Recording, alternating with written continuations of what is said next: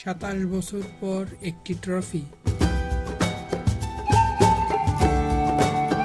Test, one day বা টি-20 ক্রিকেটের যে সংস্করণের কথাই বলুন, দক্ষিণ আফ্রিকা খেলাটির অন্যতম পরাশক্তি। কিন্তু 1998 সালে বাংলাদেশে হওয়া আইসিসি নকআউট ট্রফি বা মিনি বিশ্বকাপ ছাড়া আজকের আগ পর্যন্ত কোনো বৈশ্বিক ট্রফি ছিল না প্রোটিয়াদের। অবশেষে আজ দক্ষিণ আফ্রিকার মাথায় বিশ্বসেরার মুকুট উঠল।